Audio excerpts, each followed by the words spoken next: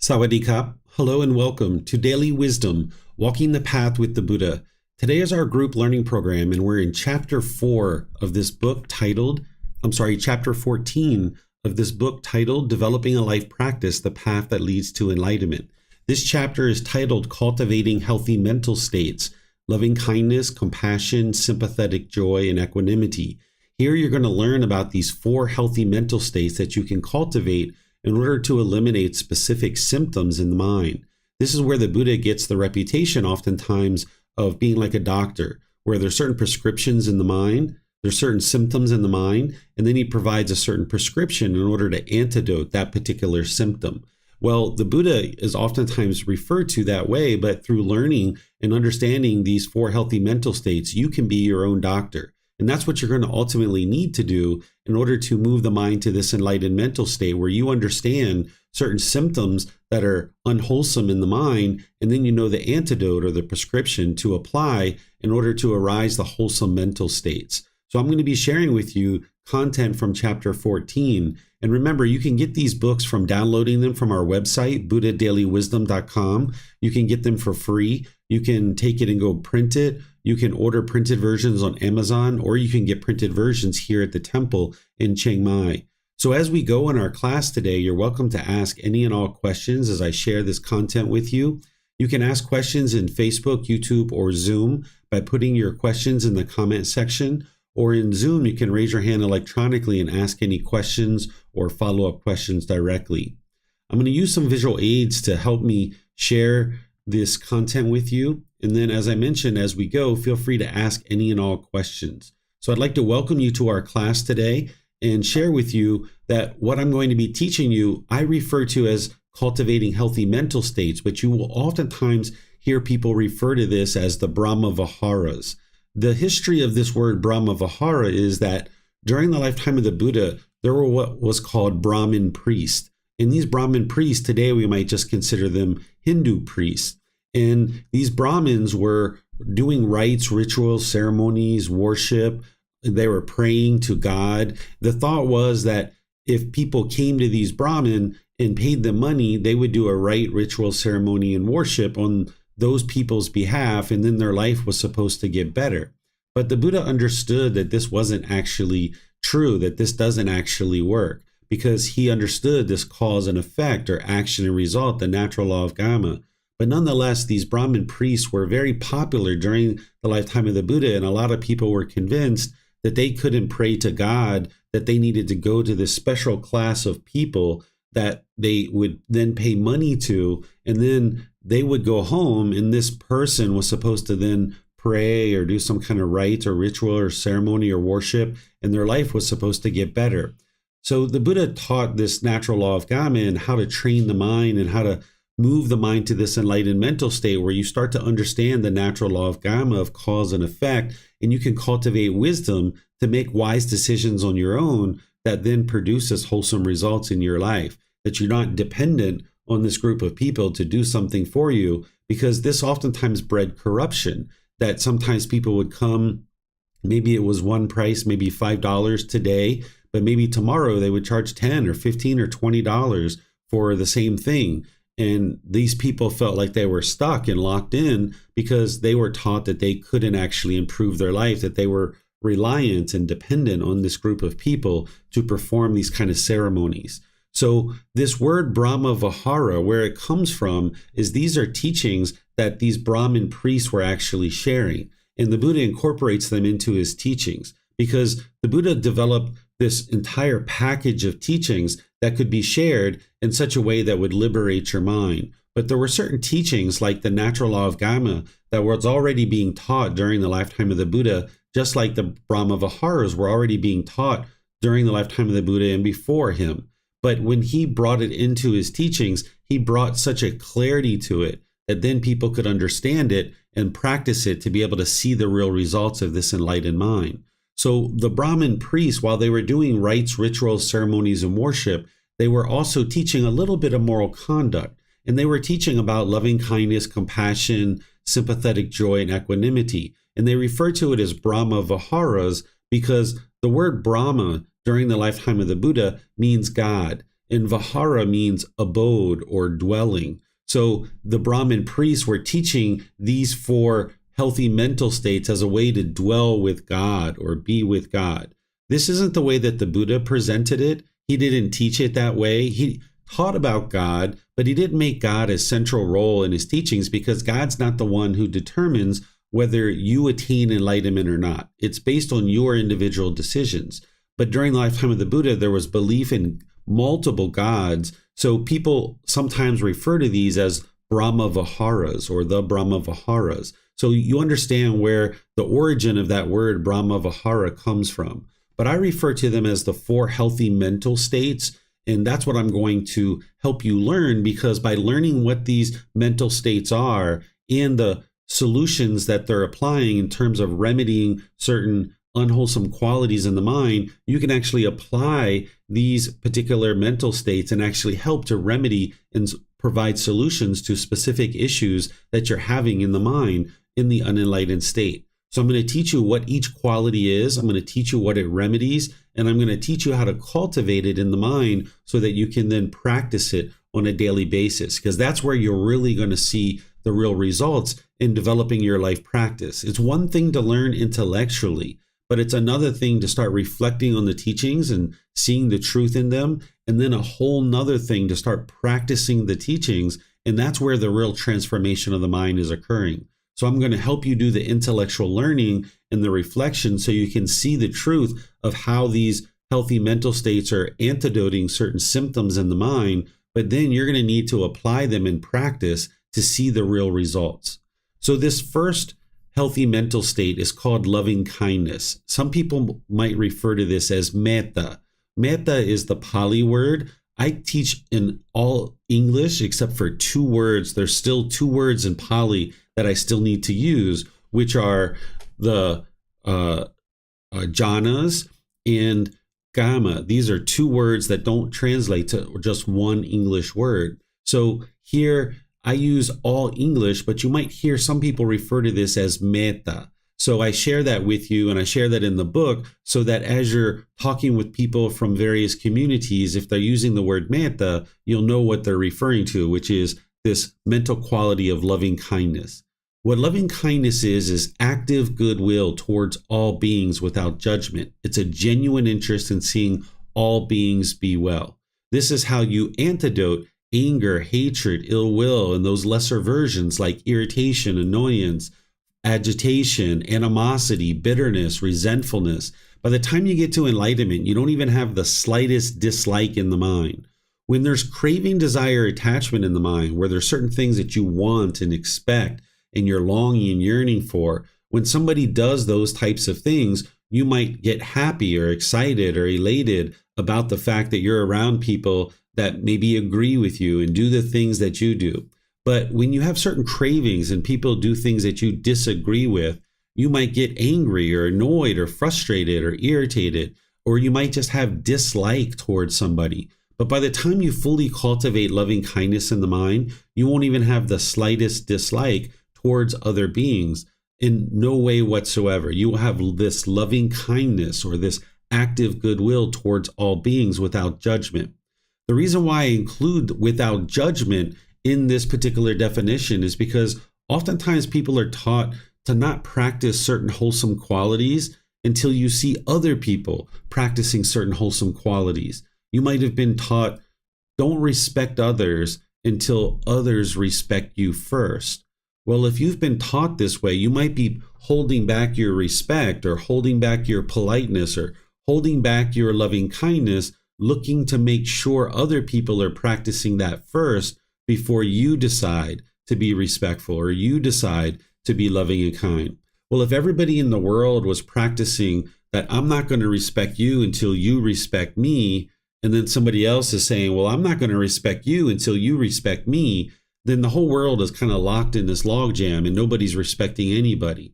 So what you're doing in order to get to this enlightened mental state is you're not conforming to what the world is doing. This murky water of the world, you're trying to rise above that and bloom like a lotus flower by growing this strong stalk, which is your life practice. So while other people might be holding back and choosing not to show loving kindness or choosing not to respect others for whatever reasons, maybe because they've been taught to not respect others until those people respect you. It's important for you to understand what you're looking to do in order to get to enlightenment is break through all of that. While other people might be conforming to what society is doing and conforming to certain false beliefs or misperceptions or misunderstandings, you're looking to cultivate wisdom and see what will be wise and how you need to practice in order to break through and get to this enlightened mental state. So if you practice loving kindness without judgment, it means that you're not judging the other person to decide whether they deserve your genuine interest in seeing them be well or the goodwill that you're practicing. You're not looking at others and trying to determine whether or not they deserve you to be practicing this or not, trying to determine if they're above you or below you or anything like this. Instead, just with all beings, you're being loving and kind without any expectation that they should also be loving and kind with you. Because not everyone's going to be loving and kind with you. But if you only practice loving kindness when other people are loving and kind, that means your mind hasn't fully cultivated loving kindness. You're practicing loving kindness with judgment. There's an expectation in there of something you're wanting, but that's not what you're interested in doing. In order to fully practice loving kindness, you would like to have this genuine interest in seeing all beings be well without judgment. You're practicing goodwill. And this is antidoting any kind of anger, hatred, ill will, any kind of bitterness or hostility, resentment. It even helps you to eliminate your own negative self-talk. If you have negative self-talk in your mind and you don't have loving kindness for this being who you are right now, by practicing loving kindness and learning how to cultivate that in the mind, you can eliminate the negative self-talk that's in the mind and start having a more loving relationship with yourself, where you're not degrading and diminishing and deflating to yourself. Instead, you can have this loving and caring relationship with yourself, and then you'll be able to do that with others as well. So this is eliminating those unwholesome qualities where the mind is frustrated and agitated and annoyed and irritated with other beings. The way that you accomplish cultivating this in the mind is you use loving kindness meditation. This is a specific type of meditation that you're doing in order to cultivate this loving kindness and bring it up into the mind. And then as you're cultivating this in daily life, as you're cultivating this in meditation, you then would like to practice it in daily life through your intentions, your speech, and your actions. That's where the real transformation is truly occurring. So the meditation is there almost like filling up your gas tank so that then when you go out into the world, you can be more loving and kind.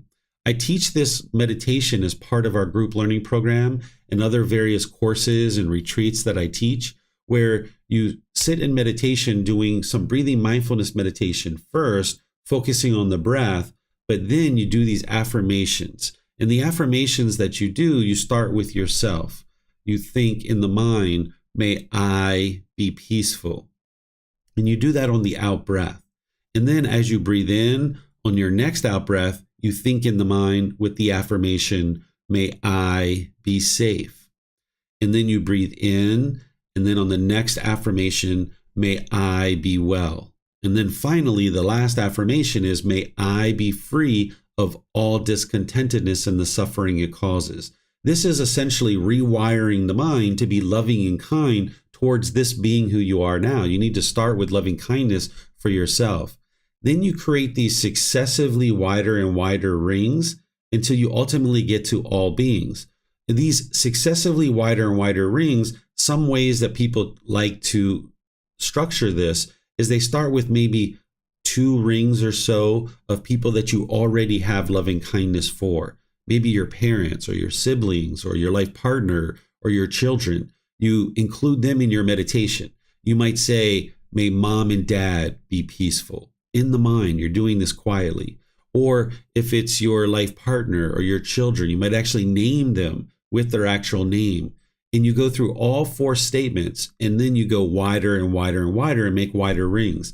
So after you do a couple of rings of people that you have loving kindness for, you then go to rings that you're more neutral about. Maybe some coworkers, some neighbors. You don't hate them, but you don't exactly love them either.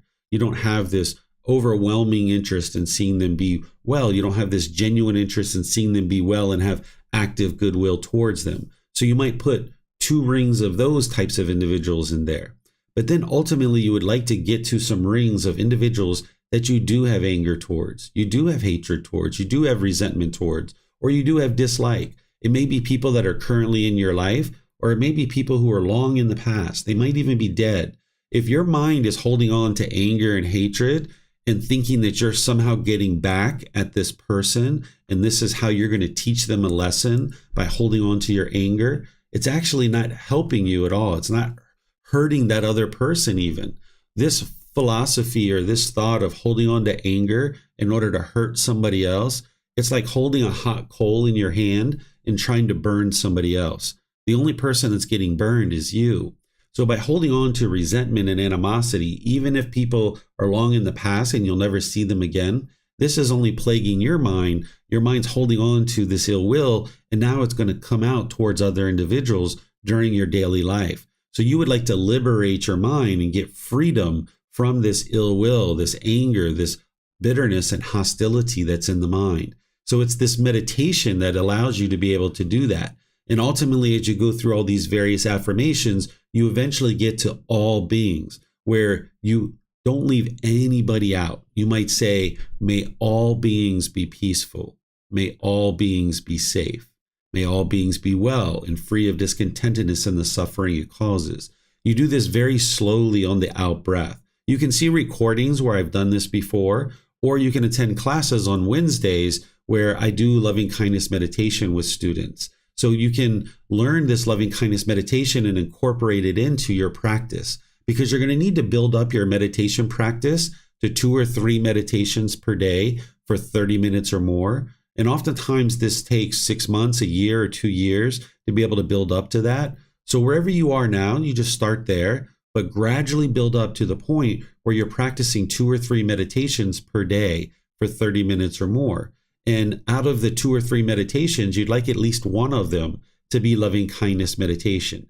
And I usually suggest for students to make their morning meditation to be loving kindness, because then it kind of prepares the mind to go out in the world and be loving and kind with the people around you. That's where the real transformation is happening, where through your intentions, your speech, and your actions, from the Eightfold Path that I taught previously in this program, you can learn to be loving and kind through the natural law of Gotama, where the Buddha is teaching you how to have right intention, right speech, and right action based on this natural law.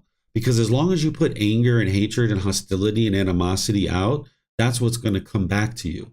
So you would like to get to the point where you're able to practice being loving and kind in all situations. When I was growing up, I had a lot of resentment towards my mom because of certain things that happened in my childhood.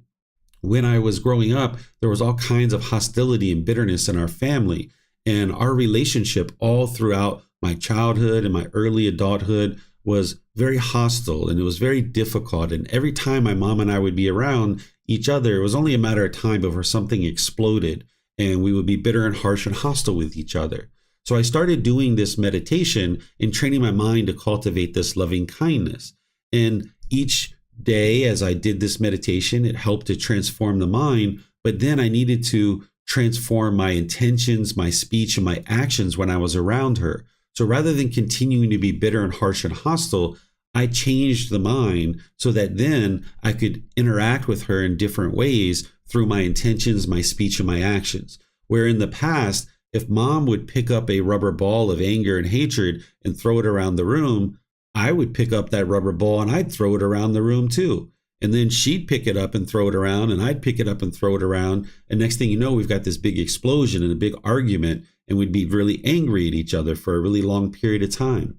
But when I started training my mind and cultivating the mind, this log jam that we found ourselves in, I started taking these logs out. I started taking the frustration out, the anger out, the resentment. I started removing this out of the mind so that now things could flow more.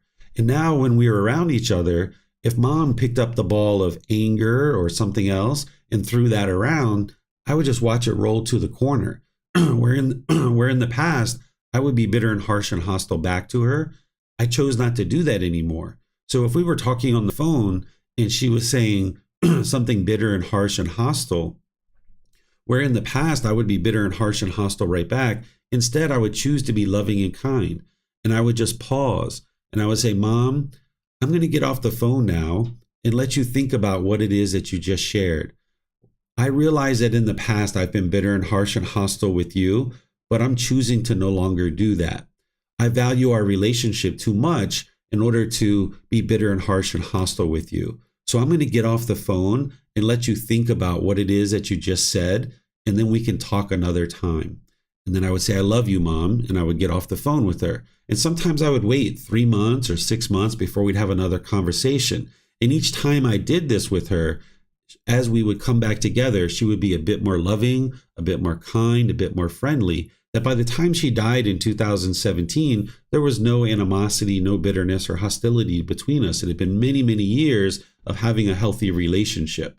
But I had to do the work first. If I was going to sit around and be resentful that my mom was bitter and angry and hostile throughout my childhood and now in our adulthood, doing the same things of practicing anger and bitterness and hostility, I was just going to get the same results. So I needed to make a change to my mind. I needed to cultivate the mind with this loving kindness meditation and then start interacting with her in more loving and kind ways, where in the past, if I was bitter and harsh and hostile, she'd be bitter and harsh and hostile right back. So you can't extinguish anger of another person by being angry yourself. If you're looking to improve your relationships and get to this point where the mind is peaceful, calm, serene, and content with joy, which is the enlightened mind, where you no longer experience any anger or hostility, no sadness or frustration, no guilt, shame, fear, boredom, loneliness, shyness, resentment, jealousy, all those discontent feelings that I talk about, you're going to need to do some transformation of the mind. Because if you keep doing the same things that you have been doing, you're going to get the same exact results. So what you can be doing to transform your mind is, in addition to breathing mindfulness meditation, is bring in the loving kindness meditation and now be dedicated to doing this on a regular basis. Because right now, when somebody is angry and bitter and harsh to you, maybe you're used to going down this path, this well-worn path of anger and bitterness and hostility. And maybe the grass is worn out, maybe the stickers have been pushed back, maybe the branches have been pushed back. And it's really easy for you to go down this path when somebody is bitter and harsh and hostile with you. But now what you're interested in doing, if you're looking to get to enlightenment and eliminate all this anger and sadness and all the other discontent feelings, is you need to forge this new path. You need to get out a machete and start breaking through the bushes and breaking through the stickers and work on this new path, rewiring the mind. And this can be a challenge. It can feel like a struggle sometimes. Your mind might really want to go down that old path. But you know where that old path leads, which is to broken relationships and difficulties and heartache and misery. When you allow yourself to get angry and bitter and harsh, you need to deal with that for many hours and maybe many days or a week or two that your mind is agitated. You need to deal with those discontent feelings. Whereas if you can train your mind and transform it to no longer do that by forging this new path, while this new path is challenging, ultimately this old path will get overgrown. And by the time you start going down this new path and it gets more and more well-worn, you can get to the point where it's physically impossible for you to ever get angry. By the time you get to enlightenment and you eliminate the causes and conditions that are causing this anger to arise and all these other discontent feelings, it'll be physically impossible for your mind to experience frustration or irritation or agitation. So by doing this work of cultivating the mind with loving kindness meditation and then practicing loving kindness in your intention, speech, and actions, that's how you actually accomplish it. And just because right now you might be experiencing the anger, the bitterness, and hostility, that's not permanent. You can transform that out of the mind if you apply the tools and techniques and understand how to do it. So the loving kindness meditation is there to proactively help you train your mind to be more loving and kind. And as you're practicing loving kindness meditation and you're practicing your intention, speech, and actions to be more loving and kind, you're not going to know each day how much of this anger that you're wearing away. But each day, if you stay dedicated and diligent to this loving kindness meditation, you will ultimately wear away all the anger, hatred, and ill will. You're not going to know how much you wear away each day, but when it's completely gone out of the mind, you're going to know that, because it'll be 1 year, 2 years, 3 years that you haven't experienced any anger, and you'll know that it's completely gone. So you're going to need to have a certain amount of determination, dedication, and diligence, where if you expected that you're going to do this meditation once, or you're going to do it for 1 week, or you're going to do it for 1 month, and miraculously the mind's going to be transformed, that's not the way this meditation works. It's a gradual training, gradual practice, and gradual progress. And you need to gradually wear away the anger, hatred, and ill will until ultimately the mind is fully transformed and you're able to then go out into the world and be more loving and kind with others. It's just like a digging tool. If you had a digging tool where you were digging each day with this tool that has a wooden handle, you're going to be wearing away wood off of this handle every single day. But you're not going to know how much wood you're wearing away from this tool each time you're digging with it. But when this wooden handle of the tool is completely exhausted and you need to replace this tool, you're going to know that, because this wooden handle, each day you're wearing away a little bit of wood, a little bit of wood, a little bit of wood, but you don't know how much wood you're wearing away. But when the handle's completely exhausted, you're going to know it's time to replace it. The same thing is true with this meditation and when you're transforming the mind, that you're not going to know how much of this anger and these other discontent feelings you're wearing away each individual day. But when it's completely gone, you'll know that, because like for me, I noticed that I was no longer angry and bitter and harsh with mom whatsoever. So you'll notice when it's completely gone. So by staying dedicated to the meditation and practicing through your intention, speech, and actions, you'll see this transformation. And this loving kindness meditation is something you can be doing on a proactive basis to proactively work towards eliminating the anger, hatred, and ill will. But then you're going to also need to practice right mindfulness and right effort from the Eightfold Path. This is something that I taught earlier in this program. And what right mindfulness is where you have awareness of mind.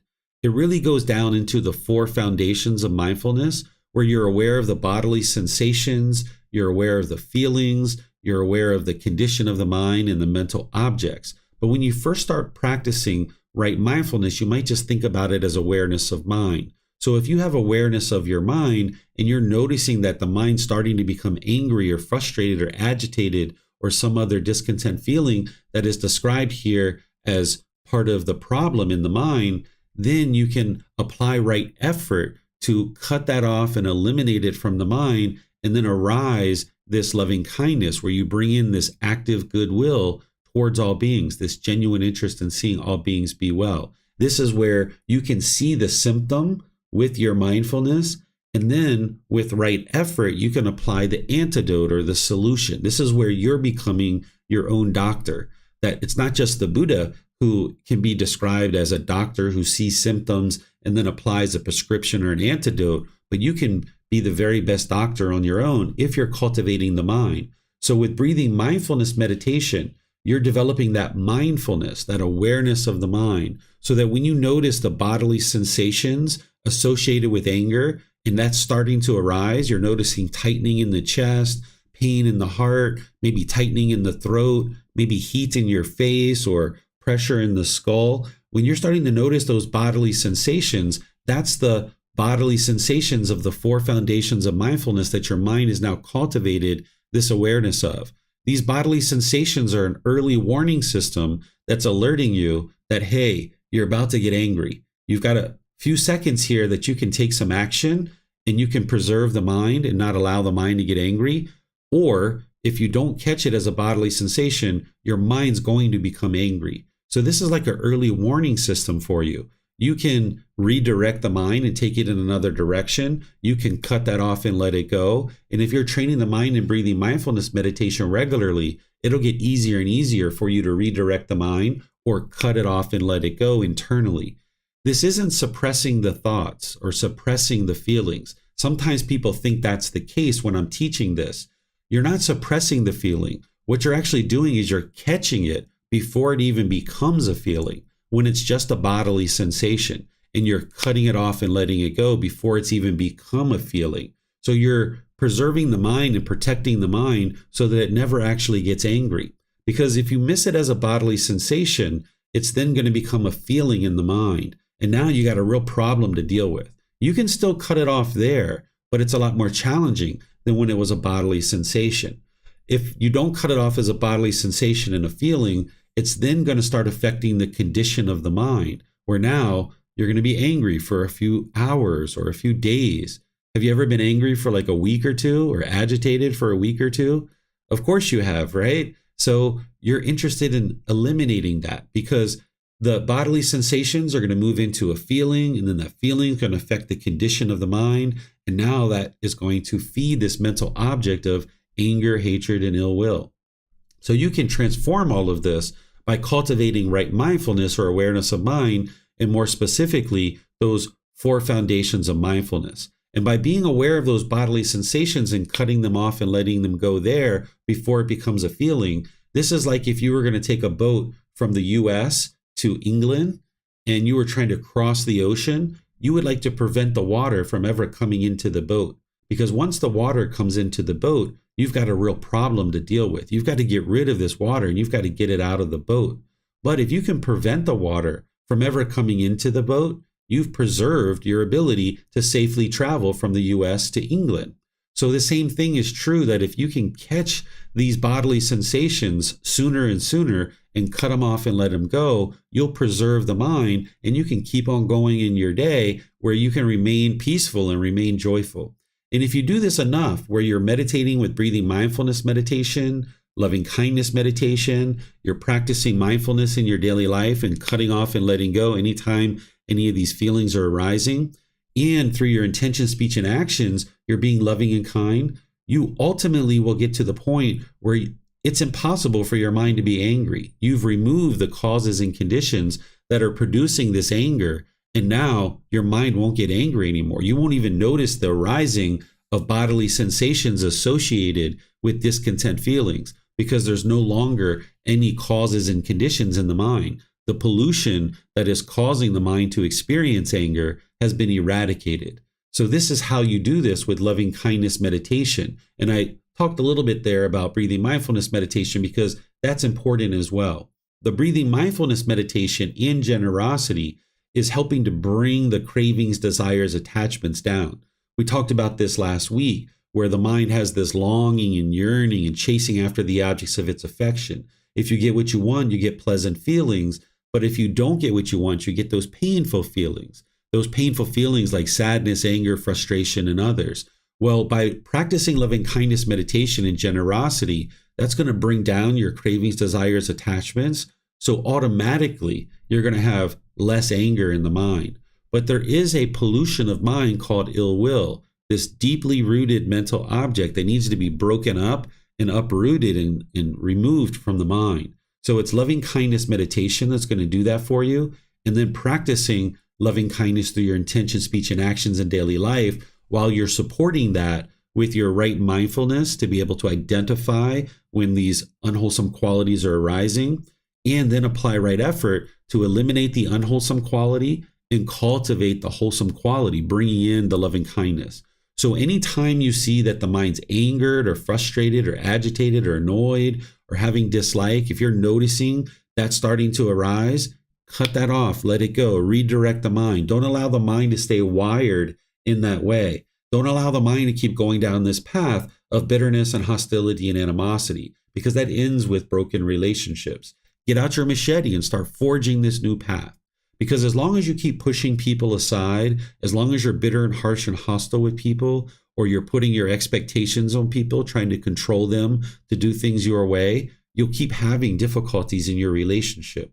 But when you can get to this loving kindness where you're practicing more and more loving kindness, and that's what you're putting out in the world, then that's what will come back to you. That's why mom started being more loving and kind to me, because I was loving and kind with her. And I did the same thing with my wife, where I needed to be loving and kind with her. And then she started transforming her mind and started being loving and kind with me. And you can get to the point where all your relationships are completely peaceful and joyful, loving and kind. You don't have any bitterness or animosity or hostility in any of your relationships whatsoever. But that's going to mean that you need to do some work. And these are the tools that are going to help you. So this is the learning part, and you can reflect on the things that I'm sharing, but then you're going to need to move this into practice so you can actually see the real results. And remember, as you're wearing this away, you're not going to know how much you're wearing away each day, but when it's completely gone, you'll know that because it'll be 6 months, 1 year, 2 years, and you haven't been angry or bitter or harsh with that particular person. And then you just expand that wider and wider and wider. There's this second quality that is healthy for the mind to cultivate, which is called compassion. Compassion is the concern for the misfortune of others. This is remedying indifference, worry, and anxiety. Because when the mind lacks compassion, what it's going to do is it's going to have this indifference towards others. When you see people experiencing misfortune, you'll just be like, so what? Who cares? That's them. That's not me. Maybe that's their karma. That's their decisions. Who cares? That's the indifference. That's one side of the spectrum. The other side that the mind will sometimes have is worry or anxiety. When you see that people are experiencing misfortune, you might have worry or anxiety where you really want people to have certain fortunate things happen to them. You really want the world to be peaceful. You really want people to be happy. You really want everybody to have food. You have expectation for everybody to have medical care or to have clothes or you want them to have a dwelling or a residence. So what we're talking about here is craving, desire, attachment, a longing, a yearning.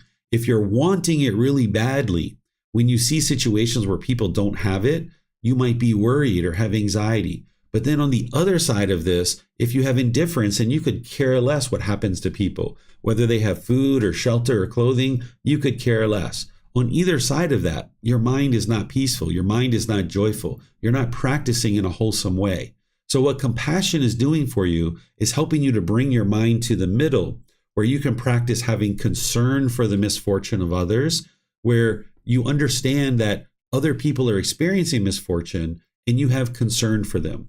And in some cases, you might be able to help them. In other cases, you may not be able to. That's impermanence. But if you have a craving to help everybody in the world and you want everybody to be experiencing certain things, that's where the worry and anxiety will come in. Part of practicing compassion is to understand that, yes, you would like to cultivate this concern for the misfortune of others, but also you need to have the understanding that any misfortune that anybody is experiencing, it is the results of their decisions. So therefore, because it's the results of their decisions, in order for them to get out of that misfortune, they're going to have to make decisions to get out of that misfortune. And that means they're going to need to cultivate wisdom. So it's not possible for you to rush into people's life, make a whole bunch of decisions for them, and get them out of their misfortune. That individual is going to need to cultivate wisdom in order to make wise decisions and produce wholesome results in their life, because you are not permanent in their life. You're only temporary in their life. So when you're not around, if they're making a bunch of unwise decisions, they're going to end up right back in the same problems again. So while you cultivate this concern for the misfortune of others, it's important to have the understanding that any misfortune that an individual is experiencing is a result of their decisions. That's their karma. But that means that we can still practice things like generosity, where we can maybe provide some food or water or clothing or other things to support those individuals. But if that's all we ever do, or that's all those people ever do is receive our generosity, they're not going to ultimately dig themselves out of this misfortune. They need to actually cultivate wisdom and start making wiser decisions so that they can stand on their own 2 feet. When somebody's dependent on you and they can't stand on their own 2 feet, this means they're attached to you. They can only eat if you give them food. But what would be sustaining for this individual, what would be helping them to get out of their misfortune, is to cultivate wisdom of how they can stand on their own 2 feet and acquire these resources for themselves, because you're not permanent in their life. You are impermanent. So part of practicing this concern for the misfortune and bringing your mind in the middle where you can be compassionate, where you're not worried and having anxiety that people are lacking certain resources, but also you're not indifferent, is to understand that any misfortune that an individual is experiencing is a result of their decisions, where you can help, you can assist, but understand that you're not going to be able to do that permanently because of the universal truth of impermanence. and you're not interested in even attempting to do it permanently, because then that person's going to get attached to you. And now they're going to be so dependent on you that when you're not around, they're not going to be able to sustain their life. So these qualities of indifference and worry and anxiety can all be remedied through developing compassion in the mind, where you have concern for the misfortune of others.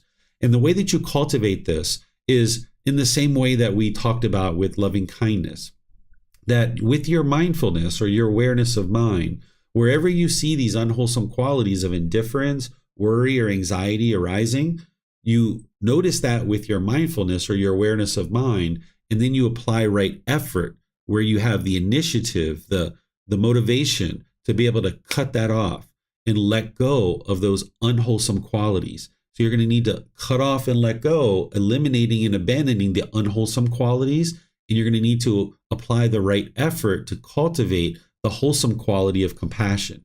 So this is, again, where you can see your mind almost like a doctor, where you see these symptoms of indifference, worry, and anxiety coming into the mind based on people's misfortune. Then you can bring in the wholesome quality of compassion. You'd like to cut off those unwholesome qualities and bring in the wholesome of compassion. And this is where breathing mindfulness meditation is a proactive tool or technique that you can be practicing regularly to make it easier and easier for you to cut these things off, to cut off and let go of the unwholesome qualities.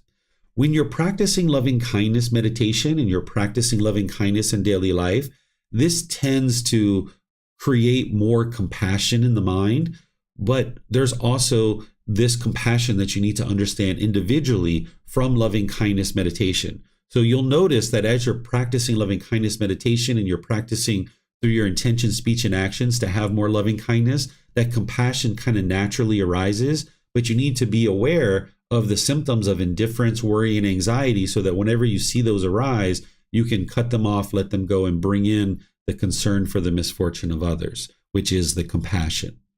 So I'm going to pause here and see what questions you guys might have related to anything that I've shared so far.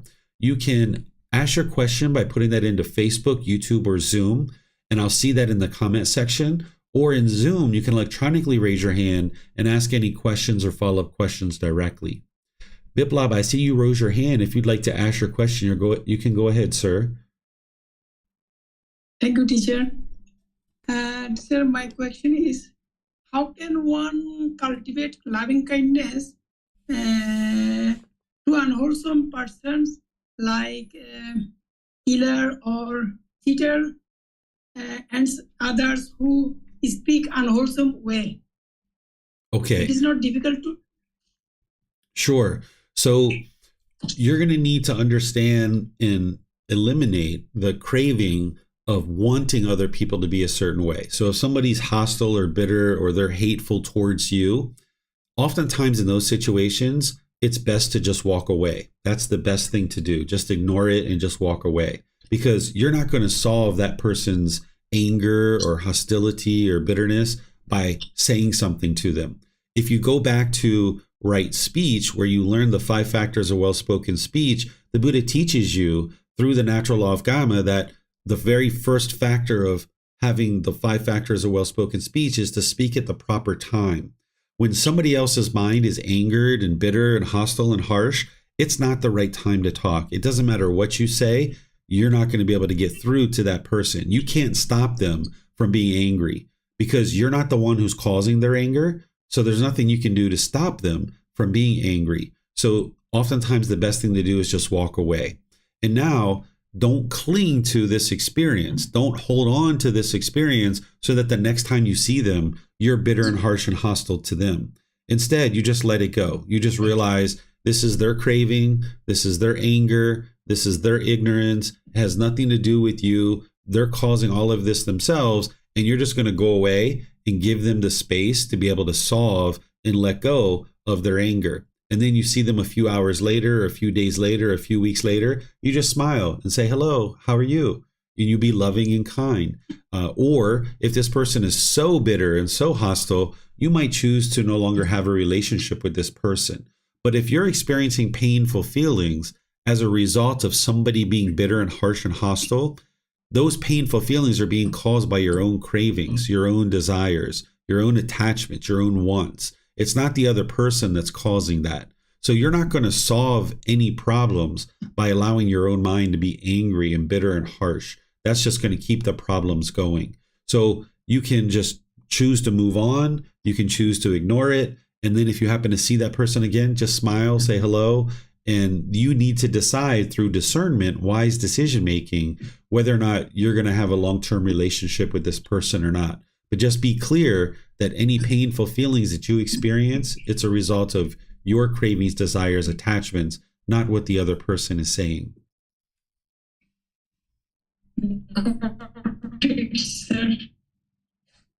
Okay. Pleased to help you, Biplab. Thank you. All right. Let me see if we have any questions on Facebook or YouTube.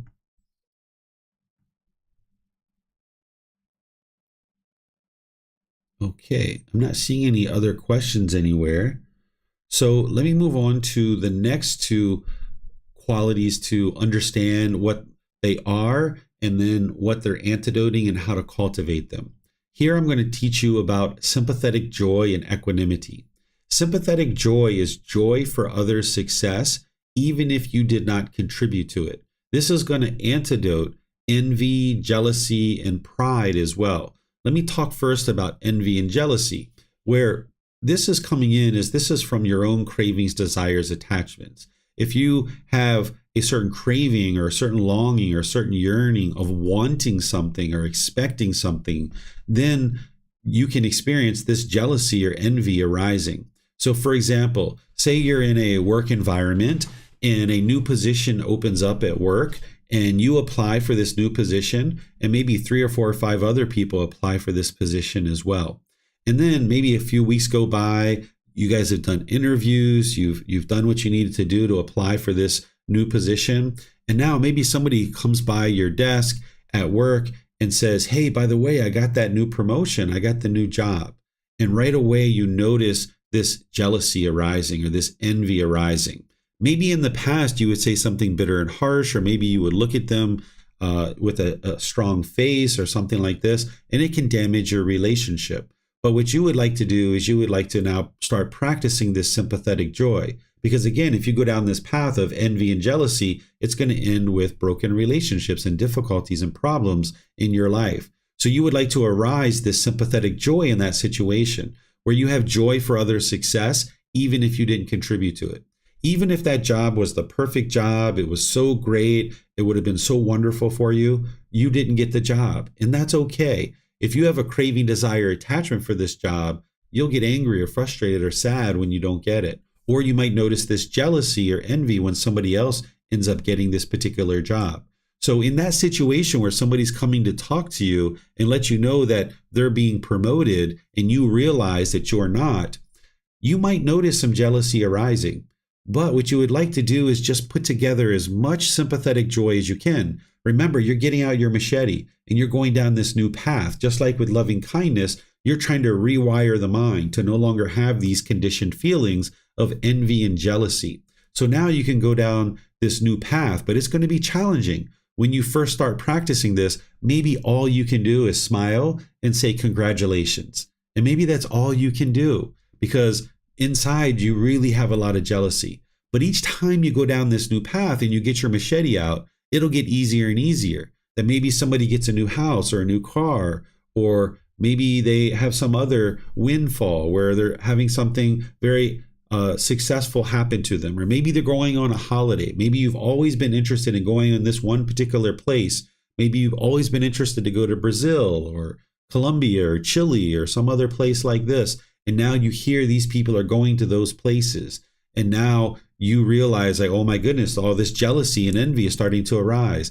Instead, start putting together this sympathetic joy where you have joy for their success.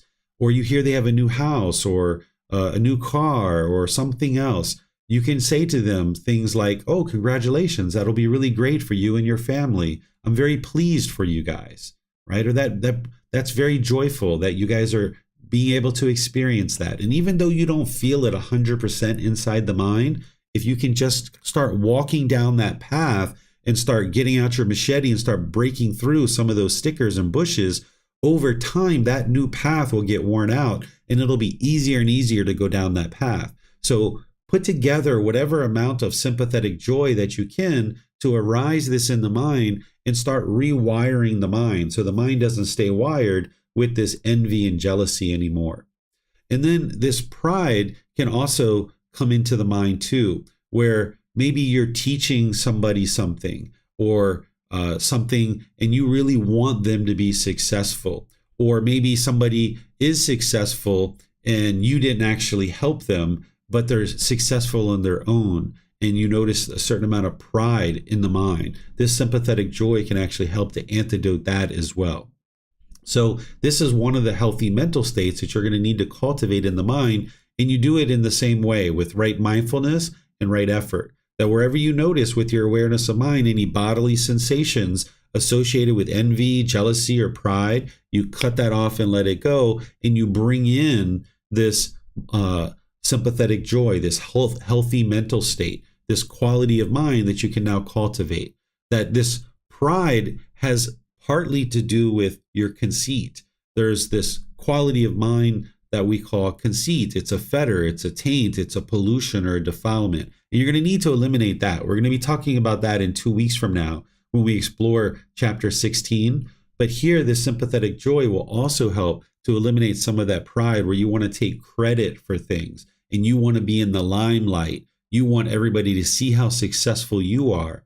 But when other people are successful, maybe you have this jealousy. So this sympathetic joy will help you to eliminate your pride, where you don't have to go around being boastful and have your chest out for other people to be able to see how successful you are, that you can have joy in other people's success, not only in your own success. Then there's equanimity. Equanimity is calmness and composure, evenness of temper, especially in difficult situations. That's one part of equanimity. Then there's this other part where you're treating everyone impartially. I'm going to talk to you about these two different parts of equanimity and help you to understand how to apply it and what it antidotes. This first part where there's calmness, composure, evenness of temper, especially in difficult situations, this is going to help you eliminate restlessness, worry, anxiety, and an overactive mind. Because when you have difficult situations happen, if you have craving, desire, attachment in the mind, your mind will be all shaken up and you'll have difficulties to make wise decisions that are producing wholesome results. This path to enlightenment, in order to get to the enlightened mental state where you've extinguished all your unwise decisions and you've extinguished the results of your unwise decisions coming back, you're going to need to get to the point where you're always making wise decisions. And in order to do that, you're going to need calmness and composure in the mind. Because when you have calmness in the mind, you can then have mindfulness or awareness of mind. When you have awareness of mind or mindfulness, you can then have concentration, which is focus or clarity of mind.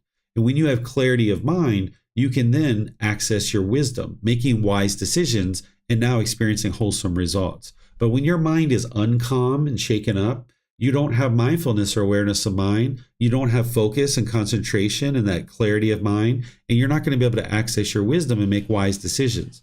For example, say you get a phone call that your mom has been in a horrible traffic accident, that her car has gotten into an accident and now she's in an ambulance on her way to the hospital. Well, if you get that phone call and you allow your mind to get all shaken up, you might run out of the house, and on your way to the hospital, you might get into an accident yourself because your mind's so shaken up. You're trying to hurry up and get to the hospital due to this attachment, this craving and longing, yearning that you want your mom to be permanently healthy, not realizing that she's sometimes going to experience situations where the body is unhealthy. So if you bolt across town in order to get to the hospital, you could get in an accident yourself. But at the very least, when you show up to the hospital, when you talk to the doctors and nurses, your mind's going to actually be shaken up, and it's going to be very hard for you to take in information about what's going on with your mom. And now you're going to have difficulties getting to wisdom to make wise decisions that will actually help her. So if you can maintain your calmness and composure in difficult situations, you can have this equanimity. Now, in this situation, you can have mindfulness, you can have concentration, and you can access your wisdom and make wise decisions that's going to actually help her. So in other situations too, like say you have children and they come home with a report card that have grades that you would rather them not have. Don't allow your mind to be shaken up by that. You're going to make unwise decisions that produce unwholesome results. Or any other difficult situation that you find yourself in, maintain your calmness and composure. So whenever you experience a difficult situation, there should almost be like a light switch in your mind or a trigger in your mind that instead of triggering the restlessness, worry, anxiety, and overactive mind, that you trigger this equanimity. And right away you understand calmness, composure, evenness of temper. And you might need to talk to yourself a little bit. You might need to take some deep breaths and calm the mind down and realize that that's what you need to do and that's what you need to practice. Eventually, you'll get to the point where you won't have cravings, desires, attachments in the mind. And no matter what's happening in your life, you'll be able to maintain your calmness and composure. But on the way to that, as you're making your way to it, you would like to be sure that you're maybe doing these little things where you might need to talk to yourself a little bit. You might need to take some deep breaths and train the mind to be calm and composed.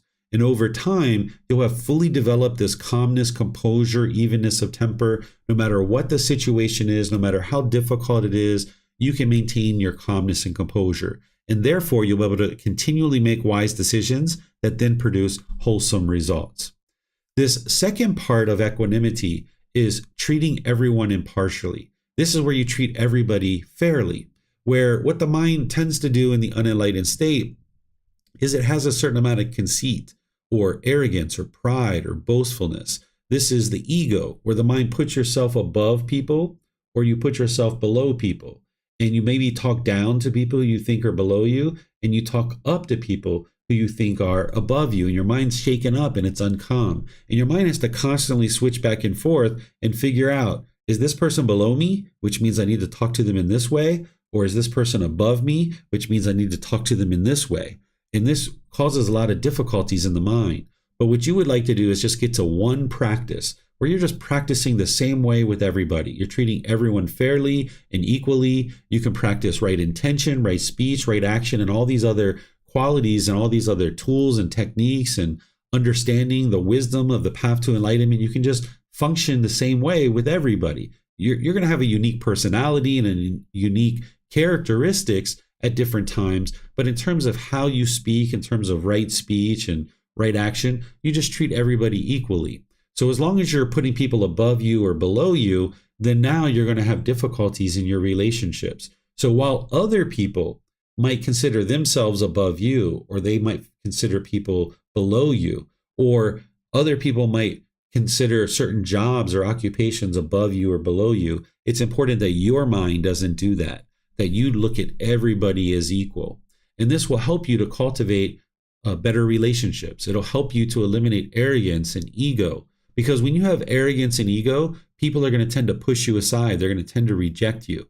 And this isn't going to be helpful in your life. You would like to live harmoniously with all beings. So if you cultivate treating everyone equally and impartially, you'll be able to now have more harmonious relationships. This is also like if you're doing certain things where maybe you're giving out gifts or you're practicing generosity in the workplace, you would like to treat everyone equally. I had this second grade teacher that I would sometimes show up to class chewing bubblegum, and she would make me spit out the bubblegum. And I would ask her why.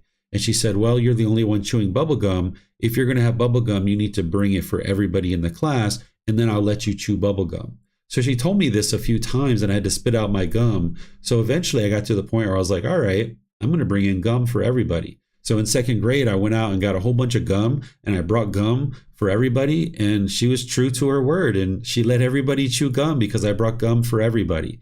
Whereas if you just brought gum for one person or two people, the other people can get jealous and envious, and now you have broken relationships. Or if you're bringing milkshakes or donuts into your office or bagels, and you only get some for 2 or 3 people, and you've left 4 or 5 or 6 people out of your generosity, then you're not treating everyone impartially and everybody fairly. And now you can find relationships are really strained because of other people's cravings. Now they can get jealous. Of course, they're causing their own jealousy, but they don't understand that. So one of the things that the teachings of the Buddha are doing for you is teaching you how to interact with unenlightened beings. so that you can practice in such a way that protects your mind and protects your relationships, knowing that other people are going to have cravings, desires, attachments. If you only gave a bagel to 2 or 3 people at your office, then the other people are going to potentially have craving, and now they're going to get jealous, and now you have difficulties in your relationships. So not only does treating everyone impartially help you eliminate arrogance and ego, where you're not putting people above you and below you, but it also helps you to have harmonious relationships with others, because you're now treating everyone equally and fairly. Like if you have multiple kids, multiple children, you would like to treat them equally rather than treating one special and one another way, or 2 or 3 of them another way. You would like to treat everybody equally in your life.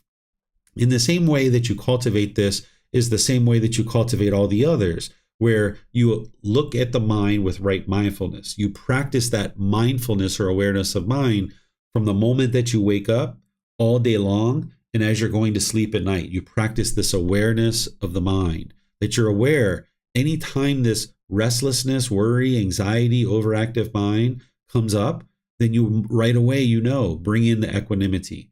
Or if you're noticing this arrogance or ego, or you're not treating people fairly and impartially, maybe you're putting yourself above people or below people, or you're wanting to only buy a gift for one person perhaps, then you can bring in this equanimity. So you use right mindfulness to watch over the mind and observe the mind throughout all your waking hours. And then you apply right effort to eliminate these unwholesome qualities and bring in the wholesome quality of equanimity in this case.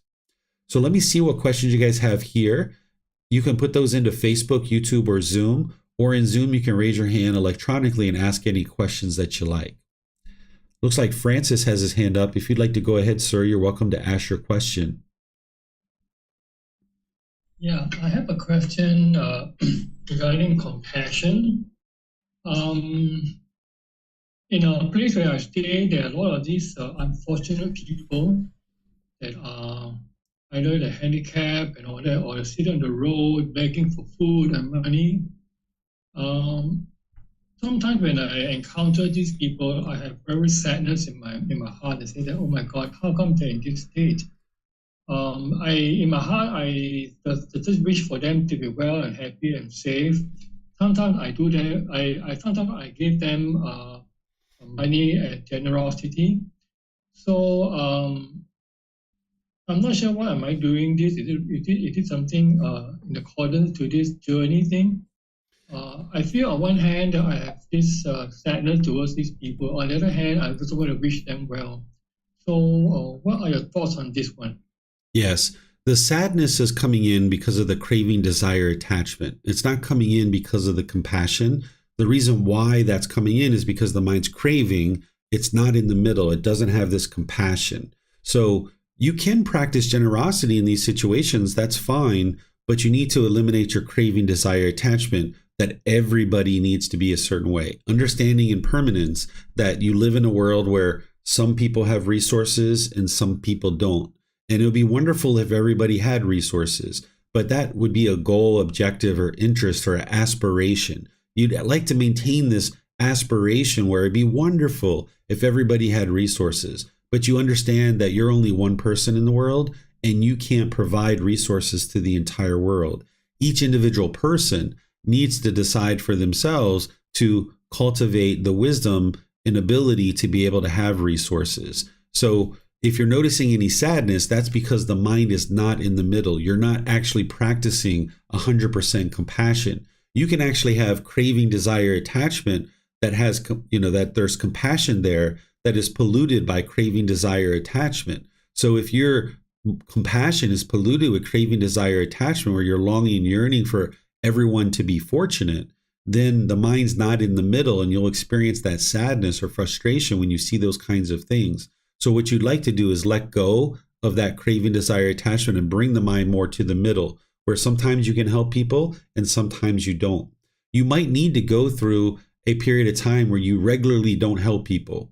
Like right now, if you're practicing generosity in some other areas and you know that you have a decent practice of generosity developed, well, now you need to eliminate this craving of people always being well, and you need to bring the mind more to the middle with your compassion. So you might need to go several weeks or a few months where you see these people and you don't practice generosity with them. Not because you don't like them, not because you're not compassionate, not because you're not a generous person and you're not interested in practicing generosity, but you need to practice in this way in order to eliminate the craving, desire, attachment to everybody being well.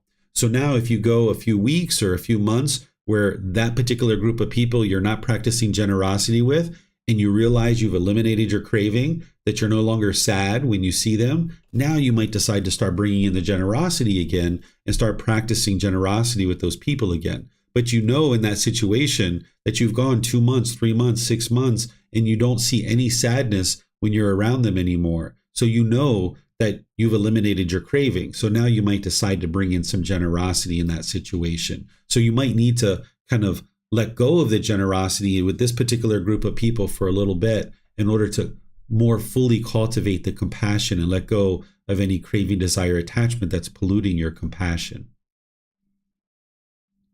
Okay, I understand. So let's say if I continue to do the generosity, if I meet these people by giving them some money, and that's it, just walk away and I've done my part to help them. That's it, and I have no other thoughts about it. So that also can, isn't it? Yeah, that's ultimately what you would like to get to, that prior to providing any generosity, that your mind is joyful. While you're giving, your mind is calm and confident. And then after you give, your mind is still joyful.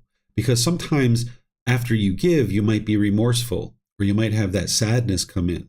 And that means the mind's not in the middle. So you would like to prepare the mind that you can be joyful when you're giving. You can be joyful before giving. You can be joyful after giving. And then while you're actually giving, your mind can be calm and confident. And that's ultimately bringing the mind to the middle as you're practicing your generosity. Okay, understand. I have one more question to ask you. Lately, I have been having a lot of affinity towards these four mental states, plus also generosity and true love. I believe that when I practice this, I dial in all this into my life in a daily practice. I feel that it is one of the ways to overcome some of the fetters. And one of the fetters that I have, or two of them actually, I've been able to sort of slowly minimizing it, is the hatred, illness, or ill will that I have with my mom, and also the conceit, jealousy, and thinking I'm better than everybody else because of this practice. So it is something that is, how shall I say, it is something that is the right thing to do, think about. Yes, those two fetters that you're talking about, which is ill will and conceit, you're going to need to eliminate those. And by the time you go through and complete this group learning program, you will have learned at least one time through over the 7 months the various tools and techniques that you need for this.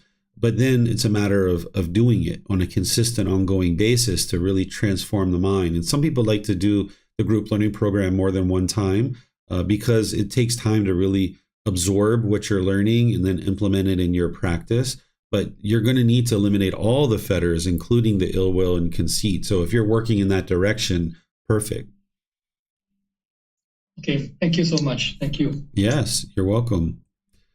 Let's see. We have a question here on Facebook from Mayu Lee. She says, I worry about everyone's well-being where I get anxiety. Can I also use loving kindness meditation for myself to help with that, although I don't have ill will towards myself? You're going to be needing to do loving kindness meditation and including yourself in order to eliminate anger, hatred, and ill will. So if you're doing that, and it's also helping you in this situation too, wonderful. You're going to be doing it regardless. But typically when you're looking to eliminate any kind of anxiety, that is being caused by craving, desire, attachment. It's not being caused by anger, hatred, and ill will. It's being caused by craving, desire, attachment. So when anxiety is arising, it's just like all of these other discontent feelings, you would like to cut it off and let it go. And if your anxiety is arising as a result of you're having a craving for people to be fortunate, you need to eliminate the cravings, desires, attachments, and then you need to bring in the compassion where you bring your mind to a concern rather than being worried or anxious about other people not having certain things or having misfortune. Let's see. Looks like YouTube doesn't have any questions there.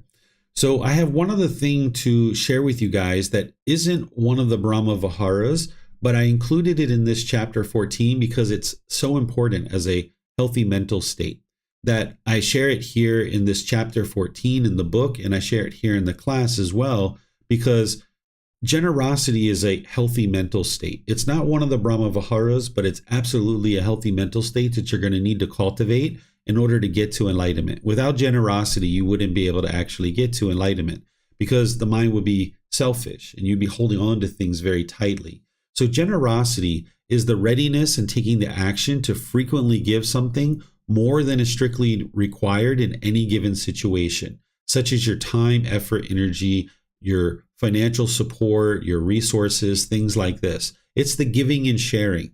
This is going to help you to train your mind to eliminate craving, desire, attachment. That's an unwholesome quality that you're going to need to eliminate. And we talked about generosity back in chapter 10, but it's also here in this chapter as well, because you need to practice generosity with multiple people.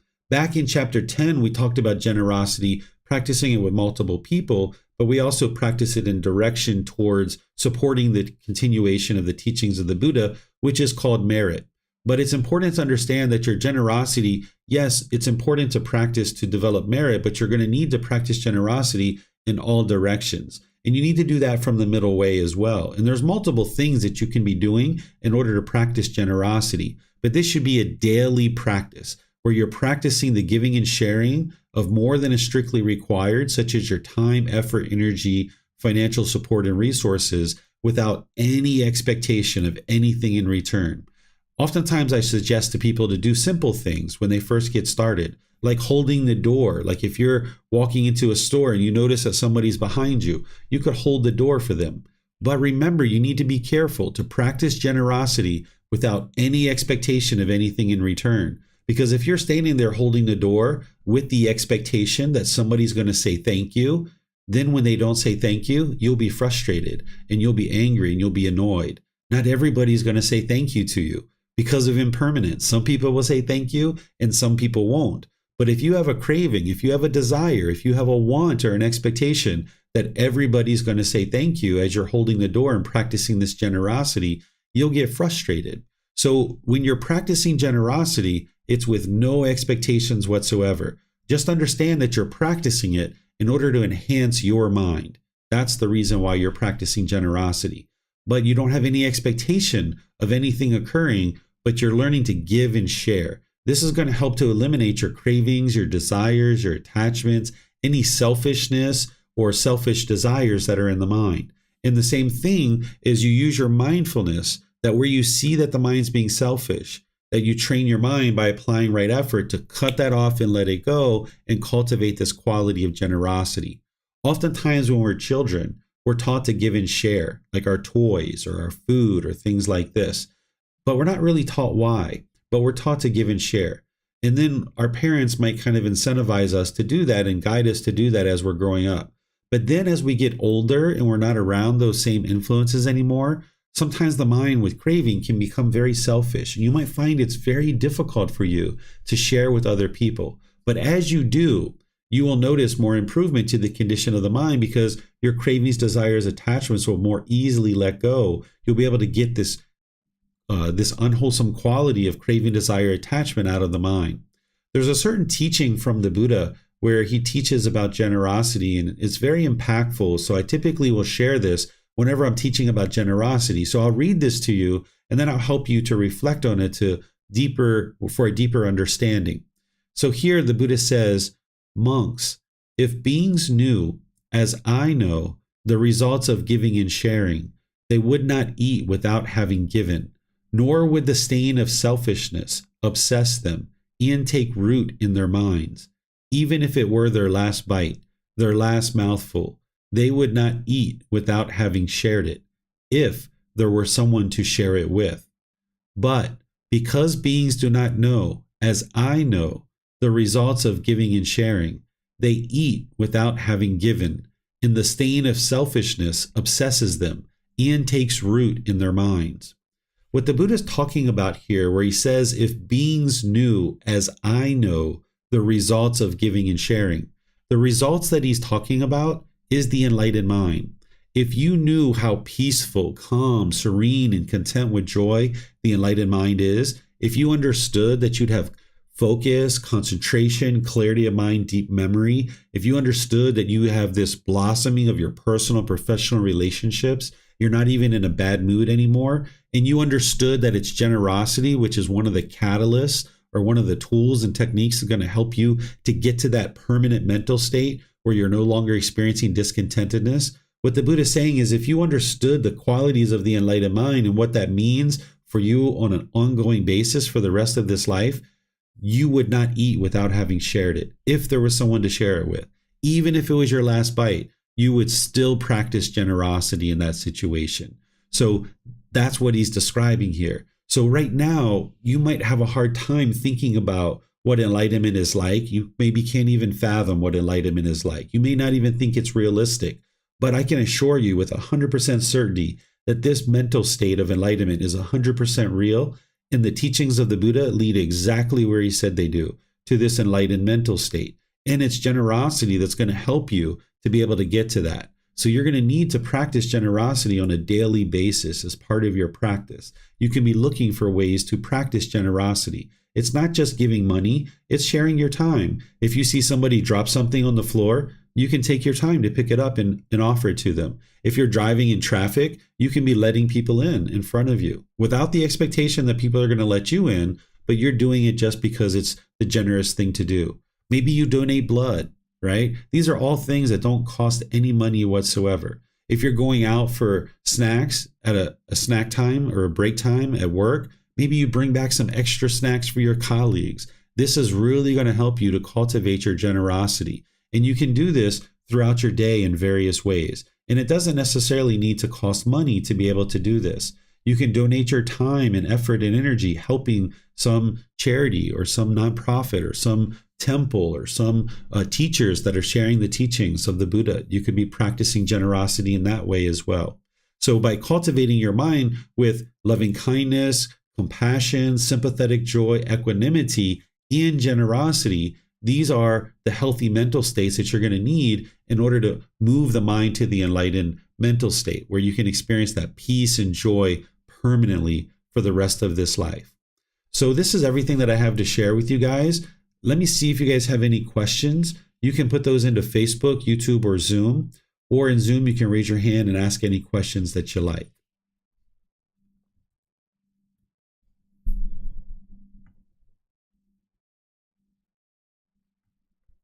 Okay, I'm not seeing any questions anywhere. So what I'm going to do is just end class by thanking all of you for joining, and thank you for coming to learn and show dedication and diligence to developing your life practice, because as you develop your mind more and more, you're going to experience the results of that. It's going to help you, it's going to help those close to you, and it's going to help all of humanity.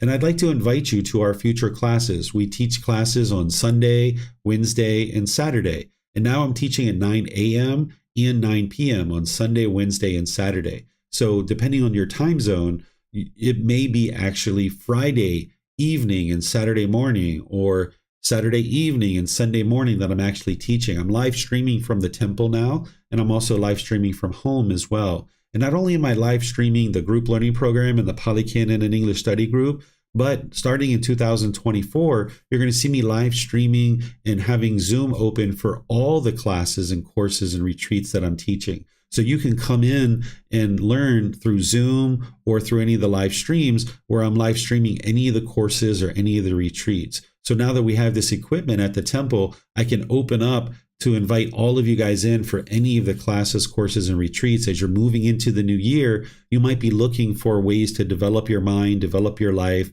set new goals for yourself, and improve what you're experiencing in life through all your relationships and all the various things that you're encountering on a daily basis. So by cultivating the wisdom and training your mind, you'll be able to improve your life. So next week on Sunday, I'm going to be in chapter 15 which is titled True Love, Love Without Attachment. And remember, you can get this book on our website, or you can get it from Amazon or at the temple. You might decide to read this before and or after each class, because that way it'll help you to further understand the teachings and soak them into the mind and then actually practice them.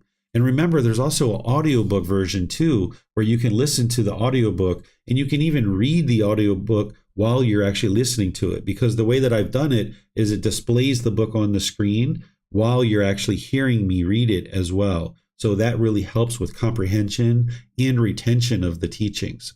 So next week, I'm going to be teaching you this love without attachment, helping you to understand how to practice true love. Because if you have difficulties in relationships, this is because you haven't yet learned what true love is, and you're having difficulties to either practice true love, so therefore you're having difficulties receiving true love, and you might even be having difficulties at identifying what true love actually is. So if you can learn and then practice true love, not only will you be able to practice it, you'll be able to receive true love, and you'll be able to identify when it's actually coming back to you as well. And then on Wednesday, I'm going to be doing breathing mindfulness meditation with students, and then opening up to any and all questions that you guys might have related to the path to enlightenment. So thank you all for joining. Thank you all for deciding that today is a day that you would like to learn and practice the teachings of the Buddha. Perhaps we'll see you guys in one of these future classes. Have a very wonderful and lovely rest of your day. We'll see you next time. Sawadee Kap.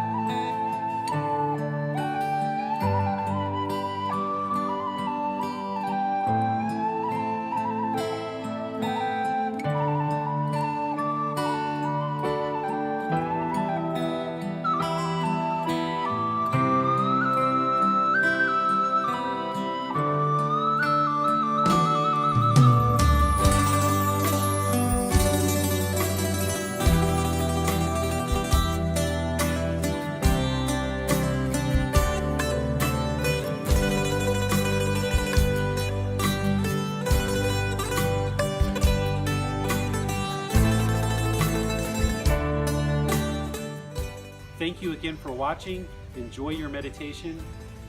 Look forward to seeing you online and answering any questions that you might have. Thank you so much.